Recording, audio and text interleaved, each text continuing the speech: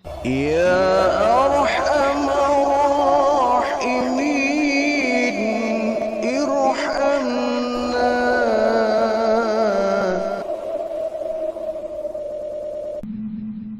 Tentu menginginkan agar ibadah kita diterima oleh Allah Subhanahu wa taala. Kita melaksanakan ibadah, kita melaksanakan pengabdian kepada Allah, kita melaksanakan sholat, kita melaksanakan puasa, kita melaksanakan zakat, haji, dan amal-amal yang lainnya. Tentu kita ingin agar semua itu diterima oleh Allah Subhanahu wa taala. Sudah merupakan suatu kemalangan apabila ibadah kita ditolak oleh Allah Subhanahu wa taala. Sungguh sangat merugi seandainya ibadah kita tidak diterima oleh Allah Subhanahu wa taala. Maka kita berusaha menjaga nilai ibadah kita agar ibadah kita berkualitas, agar ibadah kita bermutu, agar ibadah kita bernilai dan diterima oleh Allah Subhanahu wa taala. Dan setidaknya ada 3 syarat ibadah seseorang diterima oleh Allah Subhanahu wa taala. Pertama, harus berdasarkan iman. Kita beribadah harus landasannya adalah iman. Maka orang yang beribadah akan ditolak ibadahnya, tidak akan diterima ibadahnya kalau bukan tanpa dasar iman. Jadi iman ini merupakan pondasi di mana bangunan Islam ini akan berdiri. Kita membangun rumah kan tidak mungkin tanpa adanya pondasi. Ini kan kaki. Tidak mungkin kita membuat rumah, ya kecuali kalau rumahnya menggunakan gubuk, menggunakan bilik barangkali. Tapi kalau menggunakan tembok yang kuat, pastikan di bawahnya mesti ada pondasinya. Kalau pondasinya kuat, insya Allah bangunan kuat. Tapi kalau tanpa pondasi, maka besar kemungkinan akan runtuhlah bangunan itu. Pondasi dalam kita beragama adalah iman. Disinilah segalanya berangkat dan kesinilah semuanya akan menuju.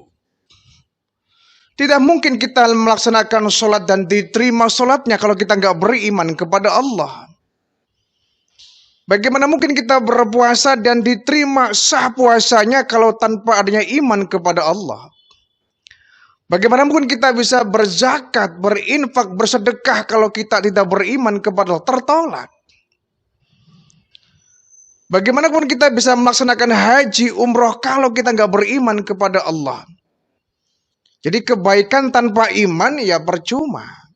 Ya walaupun mungkin di mata masyarakat kita orang yang baik, orang yang sopan, orang yang suka berbagi, orang yang bermoral, orang yang baik akhlaknya, budi pekertinya, mungkin iya di mata masyarakat, di mata manusia. Tapi di mata Allah, suatu ibadah yang tanpa dasar beriman kepada Allah akan tertolak. Sehingga dalam An-Nahl ayat 97 Allah Subhanahu wa taala berfirman, "Man 'amila salihan", barang siapa seseorang yang beramal soleh, min dzakari an au unsa, baik itu laki-laki maupun perempuan. Jadi siapa yang beramal soleh baik dari kalangan lelaki maupun perempuan, wa huwa mu'minun, dan dia orang yang beriman, falanuhyiyannahu, maka Allah akan memberikan kehidupan hayatan thayyibatan, akan diberikan kehidupan yang baik. Nah, di sini ada kata-kata man amila sholihan min dzakarin au unsa.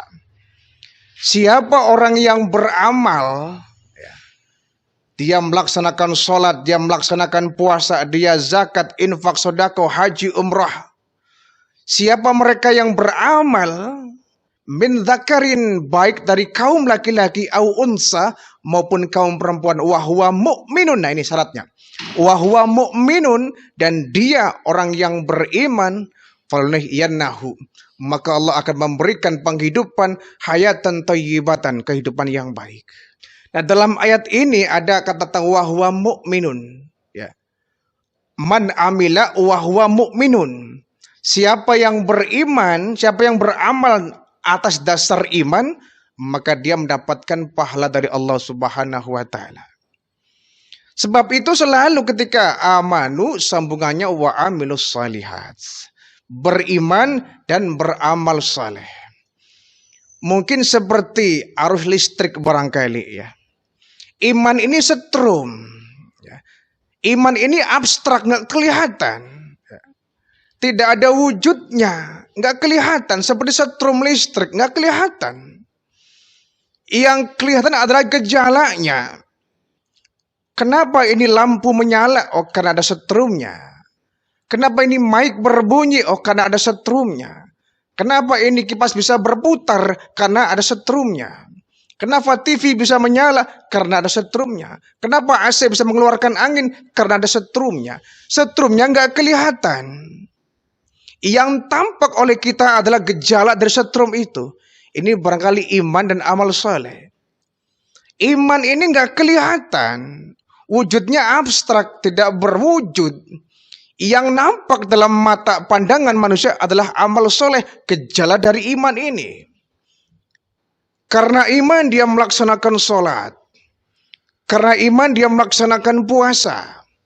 Karena iman dia melaksanakan zakat, haji, umrah. Karena iman dia berjihad. Karena iman dia membantu pondok pesantren. Karena iman dia suka menghadiri majelis ta'lim. Iman ini abstrak, yang kelihatan adalah gejala dari iman itu, yakni amal salihah. Amal saleh. Ya. Kalau kita ada dua orang berdiri atau berjalan, yang satu beriman, yang satu nggak beriman, saya pikir nggak bakal ada tidak ada berbedanya, sama itu. Karena apa? Yang namanya iman ini nggak kelihatan. Baru kemudian dia melaksanakan ibadah, ini merupakan perwujudan dari iman. Ya. Nah, setrum ini nggak akan berguna kalau tidak digunakan untuk menyalakan lampu. Setrum ini nggak ada manfaatnya kalau kemudian nggak digunakan menyalakan mic. Setrum nggak akan berarti kalau nggak dipakai untuk menyalakan kipas misalkan. Ya. Rumah ada setrumnya, ada listriknya, kenapa lampu nggak dinyalakan? Kenapa kipas nggak dinyalakan? Itu kan mubazir ya, nggak ada manfaatnya. Setrum baru bermanfaat kalau bisa digunakan untuk menyalakan lampu, menyalakan mic, menyalakan TV, menyalakan AC dan lain sebagainya. Iman baru akan berarti kalau kemudian menghasilkan amal soleh. Kalau iman saja tanpa amal soleh, ini namanya orang yang hidupnya polos, neraka sakor di tempatnya itu. Dia beriman tapi nggak dituangkan dengan amal-amal yang soleh. Ya. Sekarang kalau kemudian iman ada, ya, kemudian lampu dinyalakan, ya, tapi nggak nyala. Kipas dinyalakan tidak berputar. TV dinyalakan tidak menyala. Padahal listrik ada setrumnya, kabelnya ada setrumnya. Kenapa? Ini mungkin konslet itu. Konslet itu. Setrum ada tapi nggak bisa menyalakan lampu, nggak bisa menyalakan TV. Konslet itu. Iman ada tapi nggak ibadah, nggak sholat, nggak puasa. Konslet berarti itu. Imannya perlu diperbaharui. Imannya nggak benar berarti. Imannya error. Kalau imannya benar, insya Allah iman ini akan menghasilkan amal soleh. Ya. Jadi diterimanya ibadah kita, syarat yang mutlak adalah kita harus beriman. Ya. Man amila salihan min dzakari al unsa wa huwa mu'minun. Ya. Harus berdasarkan karena iman kepada Allah Subhanahu wa taala. Yang kedua, syarat diterimanya satu amal adalah harus berdasarkan ikhlas karena Allah. Ikhlas karena Allah, baru kemudian ibadah kita bernilai, ibadah kita berarti, sholat kita berpahala, puasa kita berpahala, zakat, infak, sedekah kita berpahala, haji, umrah kita berpahala. Kalau niatnya tulus karena Allah Subhanahu wa taala. Ya. niatkan kita untuk beribadah karena Allah, ya. Ikhlas. Wa ma umiru illa liya'budullaha mukhlishina lahuddin, kata Allah. Tidaklah kami perintahkan engkau untuk beribadah, untuk beragama, kecuali dengan ikhlas. Ikhlas inilah yang kemudian akan menghasilkan nilai pahala dari semua amal-amal kita. Kebalikan dari ikhlas adalah riya. Nah, riya ini berbahaya. Riya ini berbahaya. Kalau sudah kita beribadah, kemudian terselip perasaan riya, ingin dipuji orang, ingin dinilai orang, ingin dilihat orang, ingin didengar orang, maka ibadah kita akan kosong. Ibadah kita tidak akan berarti. Jadi niatkan karena Allah, bukan karena orang lain.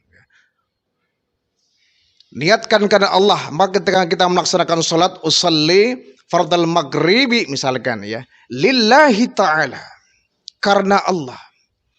Kita melaksanakan puasa, ya, lillahi ta'ala, karena Allah. Kita mengeluarkan zakat, lillahi ta'ala, niatkan karena Allah. Bahkan kita mengeluarkan puluhan juta untuk pergi ke tanah suci, melaksanakan umroh haji. Kalau niatnya bukan karena lillahi ta'ala, akan gosong nilainya, akan zong nilainya. Bersedekah miliaran rupiah pun nyumbang sana, nyumbang sini, nyumbang pondok pesantren, nyumbang madrasah, nyumbang masjid, ya, membangun tahfidz Quran, mengeluarkan puluhan miliar misalkan, tapi niatkan ingin mencari pujian orang, bukan karena Allah, maka semua itu tidak akan berarti. Jadi ciri-ciri orang yang ikhlas melaksanakan ibadah itu adalah dilihat orang atau tidak dilihat orang, ajak sama itu. Kita membaca Al-Quran, ada yang mendengar atau tidak ada yang mendengar, tetap bacaannya sama, itu ikhlas. Tetapi kalau kita baca Quran awalnya hanya diam-diam, tidak berlagu, pelan-pelan, begitu ada yang mendengar, dikerasin dan diperbagus bacaannya, awas, jangan-jangan kita terselip perasaan riya. Tadi ketika sholat, biasa nggak ada orang ngeliat, begitu ada yang melihat, dikusu-kusuin sholatnya itu. Kalau dia menjadi imam umpama, ya, makmumnya hanya 2 orang, bacaannya pendek-pendek, lagunya standar, ya, males. Begitu jamaahnya banyak di belakang, diperbagus bacaannya. Nah, ini kalau nggak hati-hati bisa terjebak penyakit riya. Bukankah pernah kita bahas dulu bahwa ada 3 orang yang disidang oleh Allah Subhanahu wa Ta'ala? Ya. Mereka ketika di padang mahsyar ditanya satu persatu 3 kelompok orang ini. Ya. Pertama, ada orang yang gugur di medan perang, jihad membela agama, berlumur darah, dia mengorbankan nyawa. Begitu di padang mahsyar ditanya oleh Allah, amal apa yang membuat engkau bisa masuk surga, mendapatkan kenikmatan yang begitu hebat? Mereka menjawab, ya Allah, kami dulu waktu di dunia jihad membela agama, sampai kami menitikkan darah, mengorbankan nyawa, gugur di medan perang karenamu ya Allah. Allah bantah, kadzabta, kau dusta. Kau dusta, kau bohong. Dulu kau maju di medan perang agar engkau dikenal sebagai pemberani, agar namamu ditulis sebagai pahlawan yang hebat, ditulis menggunakan tinta emas. Sementara kau berjihad membela agama, niatnya itu bukan karena aku. Ini kan rugi sekali. Sudah mengorbankan nyawa, gugur di medan perang, bersimbah darah, nilai pahalanya 0. Karena niat kita melenceng bukan karena Allah Subhanahu wa Ta'ala. Datang lagi ada orang yang dulu ahli ilmu, dia menyebarkan ilmu, dia berdakwah, mengajarkan orang ilmu-ilmu yang dia ketahui, tapi niatnya bukan karena Allah. Ketika disidang oleh Allah, amal apa yang membuat kau bisa masuk surga? Ya Allah, dulu aku waktu di dunia punya ilmu, kemudian ilmuku aku sebarkan ke setiap orang, aku berdakwah, aku membuka ta'lim karena engkau ya Allah. Allah membantah, kadzabta, kau dusta. Niatmu bukan untuk mencari ridha Allah, tapi kau ingin menjadi orang-orang alim, agar kau dianggap sebagai orang-orang alim. orang-orang yang berilmu. Dan itu sudah kau dapatkan, sementara kau bukan karenaku menyebarkan ilmu. Ada juga orang yang dia bersedekah. Ya Allah, ini amal sedekahku. Aku dulu waktu di dunia suka berinfak, suka bersedekah, suka beramal soleh. Mewakafkan tanah karena Engkau ya Allah. Kata Allah, kadzabta, kau dusta. Kau dulu bersedekah bukan karenaku, tapi kau bersedekah, berinfak agar kau dikenal sebagai orang-orang yang dermawan. Dan orang sudah mengecap Anda sebagai orang dermawan, sementara pahalamu kosong karena kau niatnya bukan karena aku. Ini kan artinya tiga orang ini beramal dengan didasarkan penyakit ria, pamer, ingin dipuji orang, ingin dinilai orang, ingin diketahui orang, ingin dikomentari orang. Hati-hati, semua itu bisa menghancurkan nilai ibadah kita. Jadi syarat diterimanya ibadah kita adalah yang kedua harus ikhlas karena Allah. Dan yang ketiga, syarat diterimanya ibadah kita adalah harus kita mengikuti petunjuk dari baginda Rasulullah. Ittiba. Harus ittiba, mengikuti contoh dari baginda Rasul. Ya. Misalkan ketika kita sholat, ya, sallu, kata baginda Rasul, sallu kama ra'aitumuni usalli. Kalian sholatlah, tetapi lihat teknisnya seperti aku laksanakan sholat. Kalian laksanakan sholat, caranya kau lihat bagaimana aku melaksanakan sholat. Artinya kita beribadah itu petunjuknya dari baginda Rasul. Ittiba, mengikuti contoh yang diberikan baginda Rasul. Kita melaksanakan sholat, contohnya dari baginda Rasulullah. Kita melaksanakan puasa, contohnya dari baginda Rasulullah. Kita berzakat, dari baginda Rasul contohnya. Jangan sampai kita membuat pedoman sendiri. Akan tertolak. Istilah sekarang bid'ah barangkali. Membuat satu ibadah dengan tata cara yang dibikin sendiri tanpa ada dasar hukum, ya bid'ah namanya itu ya. Mengada-ada. Ya, misalkan kita sholat ya, ketika takbir kita mengangkat hanya satu tangan. Ini namanya nggak mencontoh baginda Rasul. Ya. Atau kita tambahkan ketika sholat ada bacaan-bacaan yang tidak dibenarkan. Atau kita sholat menggunakan bahasa Inggris, kita sholat menggunakan bahasa Jepang, bahasa Jawa, bahasa Indonesia, bahasa Sunda, enggak bisa. Rasulullah sholat menggunakan bahasa Arab, ya kita mencontoh menggunakan bahasa Arab. Fasih atau tidak lain cerita. Bagus atau tidak bahasa kita ketika mengucapkan bacaan sholat enggak jadi masalah. Enggak fasih pak, enggak jadi masalah. Lidah kita dengan orang Arab beda. Yang penting kita mencontoh baginda Rasul. Bacaan salatnya begini, rukuknya begini, sujudnya begini, ya. Yang dibaca bacaannya ini, salamnya begini, kakinya begini, tangannya begini ketika gerakan salat dicontohkan oleh baginda Rasulullah. Dan kita harus ittiba, mengikuti. Jangan bikin teknis ibadah sesuai dengan kemauan kita pribadi, itu akan tertolak. Jadi yang ketiga, syarat diterimanya suatu ibadah harus ittiba, mengikuti contoh yang diberikan oleh baginda Rasulullah. Laqad kana lakum fi Rasulillahi uswatun hasanah. Sesungguhnya dalam diri Rasulullah adalah suri tauladan yang baik bagimu, contoh buatmu dalam beribadah maupun dalam bersosial.